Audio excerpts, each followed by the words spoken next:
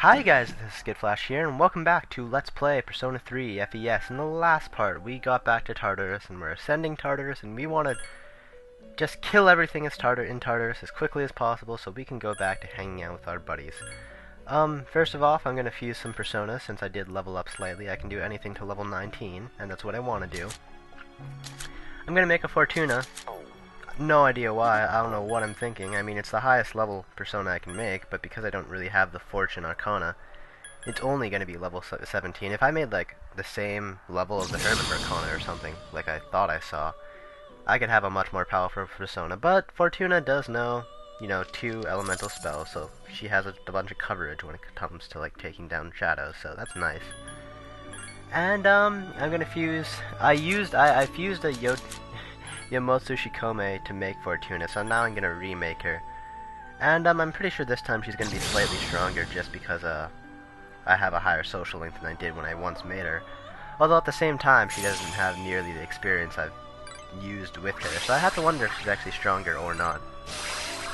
Typically, it takes Personas forever to level up naturally through battles, so that's why like social links are so important, because if you're trying to grind up Persona levels, it's gonna take forever. But aside from that, so I still have my Pyro Jack, I guess, and now I'm gonna equip Sochotsen, for no particular reason, just cuz. And now we're gonna be fighting, the floor 47 mini-boss, who are, in fact, going to take a long time. Why this video is slightly longer than most of my other videos. Aside from the fact that I got really lazy with it when it comes to cutting, because I've been playing Fire Emblem Awakening lately. And I've just been lazy on life in general. But, here are the bosses. So yeah, the giant bug beetles. Special thing about these bosses is they always get the first strike. Always. Like, they're always going to get the first turn, and they're always going to spend their first turns using Tarikadra. Which can, is a bit disheartening. It can definitely screw you over. So something odd about these bosses is that, well, first of all, I'm going to tell all my units to assign one target. We're going to do the whole divide and conquer thing, like we do with typically hard boss fights. The odd thing about these bugs is that they're weak to electricity, so Akihiko's a yes, make sure you have him in here. But even though they're weak to electricity, they're also somehow very, very resistant to electricity. It's really weird.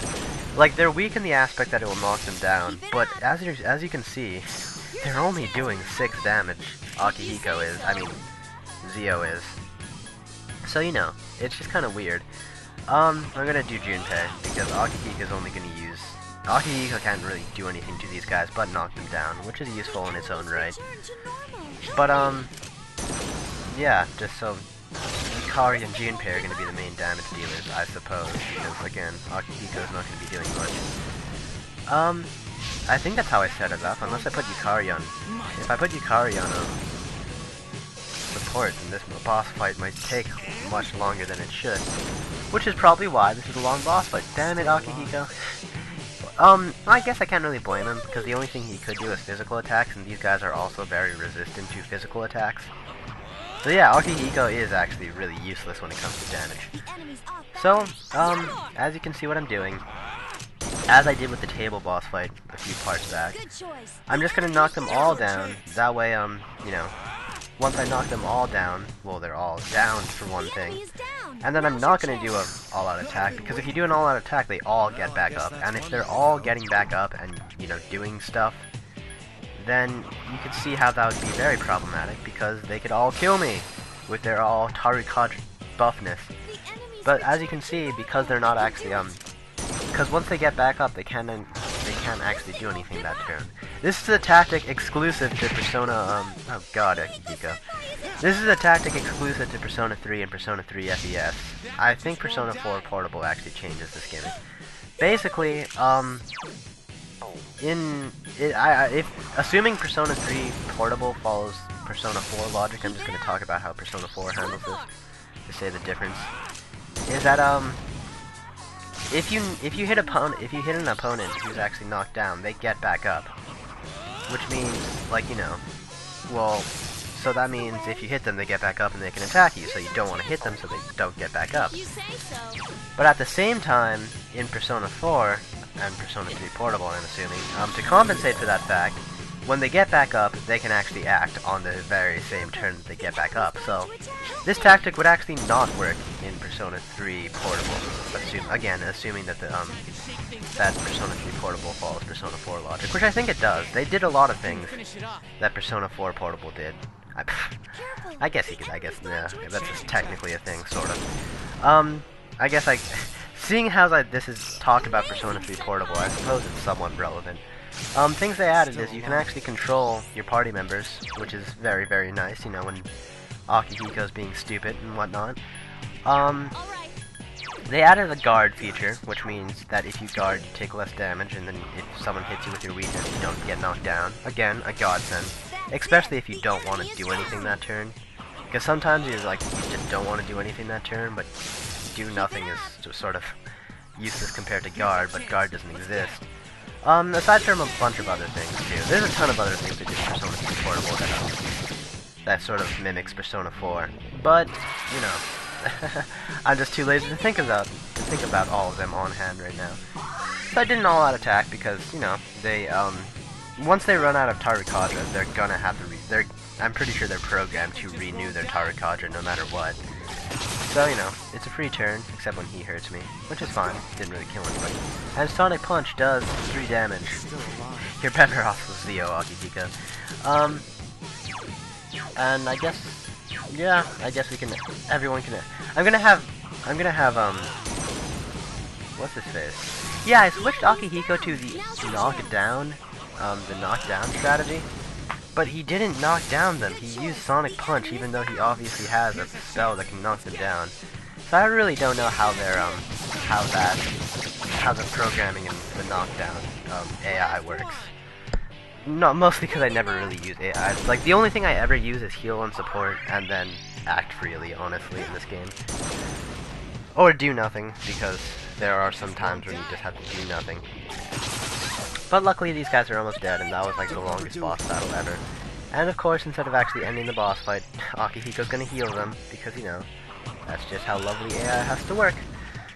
But, oh gosh, it's almost done, and we're almost like 7 minutes into this part. Lovely. So, and they're dead. Awesome. Do we get shuffle time for boss fights? I don't think we do. No, we probably would have if we did get shuffle time for boss fights, because we ended it off with an all-out attack. I think you just don't get shuffle time during boss fights, which makes sense. I can't imagine what they'd give. But we get a chewing soul for that. SP recovery items. Not as useful in this game as it is in Persona 4, but still very, very useful when you're really, really, really out of stuff. Because, you know, you gotta go up the floors. The gaps between checkpoints are only getting longer and longer. I'm pretty sure this one's 11 floors. Or is it even 11 floors? I'm not sure when the next checkpoint is. We're getting to the next checkpoint by this boss by the end of this part, so I'll learn something new myself. The enemies are getting stronger, but we're not getting stronger. Something I'd really want to know by this point in time is actually like tier 2 spells like Augie Lao or Bufu La, or what are the other ones? Zio? What is Zio? What is tier 2 Zio? I only know Zio and Ziodyne. But, who cares? Lustful Stakes. These are the glowy enemies that you find in this floor, which means they're significantly stronger than most of the other enemies. Sort of, kind of, I don't really think so, they're actually pretty easy. Just use Bufu, not Garu. Sorry, they've drained that. I should have called that, because, like, they're of the Lover's Arcana, and, like, typically if they're of the Lover's Arcana, they typically have the same resistances that a party member with a Lover's Arcana would have, like Yukari, and Yukari is resistant to wind. So typically, Lover's Arcanas are resistant to wind. That's not absolutely every single Arcana, like Lover's Arcana ever. That's just how I notice how things work in this game. But they're weak to Bufu, and they're stronger than most other enemies. Sort of. They do a ton of damage, I'll give them that, but there's only 2 of them, so it's not like they'll really wreck me. And they give a lot of EXP for, you know, where they are at this floor. They're glowy enemies, So typically, what that actually means if they're glowing is that you'll probably actually see them on higher up floors as regular enemies. So I guess they're just regular enemies from higher floors that are just on lower floors for no particular reason other than to screw you over. Well, that and Elizabeth's challenges, because Elizabeth did hire us to get snake scales, which these guys will drop, and we need 3, I think, which means we just need to battle 2 sets of glowy shadows, assuming they always drop them. I don't think enemies that will drop us like a quest item for Elizabeth are guaranteed to drop that quest item. I think it's actually a chance, like a % chance they'll actually drop it. See, but nah, I could be wrong about that though, but who knows. But they do give a ton of EXP, so that's lovely. And I'm gonna be cutting around because, you know, nothing much happens. 40 and 30, 59. That's what I wanted to say. So there's like an 11th floor climb that you have to do to get to the next checkpoint. I'm not sure if that's more or less than it was, but it certainly is something. And you know what? We might as well go for spring for the challenge, you know, get the treasure chest. I want to know what's in that treasure chest. Killing hands. They look like they'd be weak to fire, don't they? I notice a lot of hands tend to be weak to fire. I could be wrong about that. It could be Zio when I think about it. Mabufu, yeah, they're probably weak to fire. And yeah, Akihiko, weak to ice. Be careful about that. I kind of like that fact. It's a really small thing, but like, Akihiko's gonna die! And I don't have any freaking, I do not have any revival beads. I need to buy freaking revival beads. I kind of like how Akihiko's, weak to ice. I just find it kind of funny, because, like, Mitsuru is an ice persona user. It's just interesting. So using Jack Frost here is either a really good idea or a really horrible idea, because that means I'm now weak to fire. Or ice, rather. And then they have the potential to absolutely kill me. Especially when there's a lot of them. If there's a lot of enemies that can use Maw spells, there's a very high possibility that you are going to die if you're weak to that spell. It happens on another occasion, which I think I cut out. Or during grinding, because it's just horrible. I think I tried to use Augie. I did try to use Augie. I'm just gonna call it Augie. I don't know why I call it G. Augie. The thing about Augie is it's actually less accurate than the actual singular spell. Typically, multi-hit spells are actually slightly less accurate than the single hit spell, which means they're really unreliable if you really need to knock down every single enemy. Because unlike in 3 Portable and 4, unless you knock down every single enemy, you are not getting an extra attack. So just keep that in mind. But yeah, so if you're not feeling comfortable, I mean, yeah, exactly. If you're not feeling comfortable, then I think it's a better idea. Oh boy, we killed Akihiko for 500 yen. That's lovely. If you're not, we're gonna have to use a Bomb of Life. That just irritates me. But whatever. We get a ton of those anyways through, all the checkpoints. As I was saying, what was I saying? Yeah, if you're not feeling comfortable, just use the singular spells. It takes longer and probably more SP, but if it saves you from dying, then that's a lot of time that you're not gonna have to actually use anymore. And what are these guys? Nobody's. That's what. If I'm not mistaken, they're either weak to light or dark magic, which I don't actually have at this point in time. So just hurt them with, you know, normal abilities. Yeah, they're weak to dark magic. And I'm pretty sure they actually do a lot of damage, and that's why they're not actually hitting me yet. Because they're like very slow, but if you actually do give them a chance to attack, they're going to probably kill you. Is my assumption. I haven't actually seen these guys attack, but yeah, I'm assuming they could probably kill you. So just kill them quickly.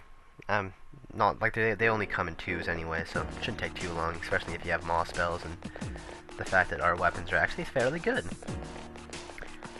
But yeah, I'm gonna be, you know, snooping around, traveling floors. And I'll cut to floor. What am I cutting to?